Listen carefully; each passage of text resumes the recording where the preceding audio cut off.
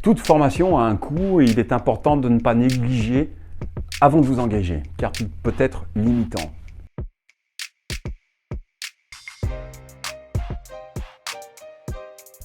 La formation est un apprentissage pour toute une vie et peut être enrichissante pour d'autres personnes que vous. Si vous faites le calcul de ce que vous a coûté votre ancien métier, vous risquez d'être horrifié par le montant engagé. Vous arrivez peut-être à une période de votre vie où vous désirez changer de profession. Votre engagement vous mènera à atteindre un accomplissement qui vous permettra de ne plus travailler. Car le bonheur de proposer une thérapie courte n'est plus un travail, mais une passion. La retraite ne fera plus partie de votre programme car vous préparez une deuxième vie professionnelle qui vous mènera à un épanouissement qui mérite de s'intéresser réellement à votre chemin de vie. Si vous ne désirez pas en faire votre métier dans les médias, vous pouvez hésiter entre une psychothérapie ou une formation. Et la formation vous permettra par contre de comprendre comment vous fonctionnez, comment fonctionnent les autres et comment vous pouvez changer tout ça. Le coût entre une psychothérapie et une formation peut être identique. Votre sensibilité vous dira une nouvelle fois si vous désirez être l'acteur de votre avenir ou si vous avez besoin d'être accompagné. Une formation vous permettra de garder l'autonomie de vos changements, même si vos enseignants vont aussi vous accompagner. Le temps de la formation complète pour atteindre un poste maître est d'environ 3 ans, et même plus. Il n'y a pas de limite pour faire un bon apprentissage en toute sérénité. Pensez à tous les coûts qui vont s'engager, déplacement, logement, alimentaire, si vous choisissez une école trop loin de votre domicile.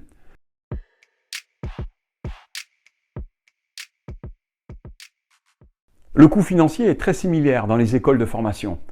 Une formation vendue très cher ou pas cher ne sont pas des indices de qualité.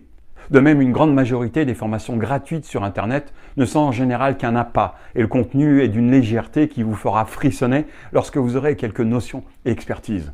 Le coût de la formation comprend l'expertise du consultant qui a mis de nombreuses années pour l'acquérir, le coût de la création des cours, ça peut demander 1 ou 2 ans pour créer des cours, qu'il fait évoluer sans cesse, les locations de salles, le contenu de la salle, les frais généraux, les heures à gérer l'entreprise, mail, contact, réponse et entretien, l'administration qui comprend aussi le personnel s'il y en a, le matériel, caméra, micro, papier, photocopie, imprimé, site internet, assurance, déplacement, documents, enfin tout, les taxes, les impôts, plus tous les frais que vous ne pouvez imaginer. Comme vous voyez, le coût des formations a une raison d'être sans faire du caritatif. Donc ne jugez pas une formation sur son coût avant d'avoir pris les renseignements dont je vous ai parlé lors du choix de l'école. Maintenant, il n'est pas obligatoire de s'inscrire dès le départ à la formation complète. Vous serez libre de prendre le temps à chaque étape pour envisager une suite. Pensez dès maintenant au titre que vous recherchez.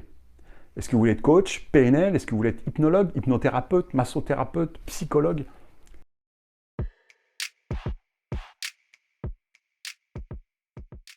Le titre que vous recherchez vous orientera sur l'école à choisir. Certaines donnent des formations générales sans avoir un titre reconnu.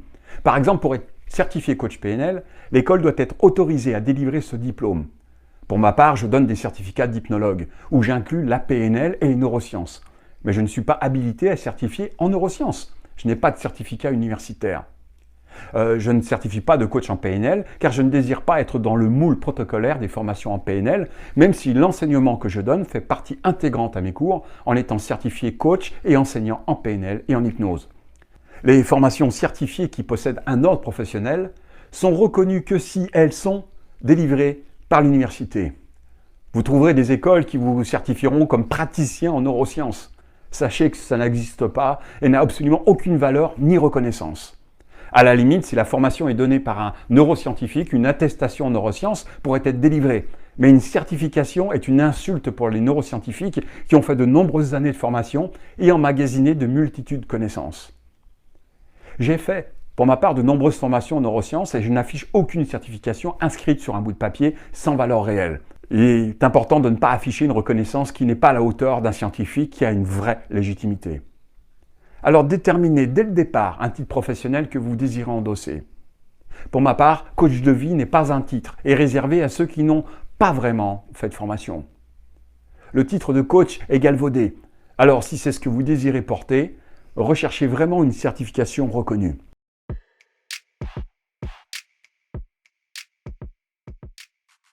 Pour la formation de coach certifié en PNL, comptez plus ou moins 10 000 $. Je me permets de dire, avec du recul, que le coût de l'enseignement sur 2 années est un excellent investissement, dû au retour qui se fera lorsque vous travaillerez. Vous pouvez en plus suivre une formation en hypnose pour être hypnologue certifié. Le coût peut être aussi un frein, mais peut-être un outil qui vous fera la différence, comptez entre 4 et 8 000 $ suivant les écoles. Vous aurez aussi la possibilité d'y ajouter d'autres modules de formation. L'investissement est également personnel avec un temps de travail important, de pratique pour l'assimilation. Vous risquez aussi d'avoir beaucoup plus d'absence dans la famille, mais qui sera un apport riche pour le futur. Dans la prochaine vidéo, je vous parlerai du groupe avec qui vous allez partager votre aventure. Vous verrez, c'est pas rien non plus.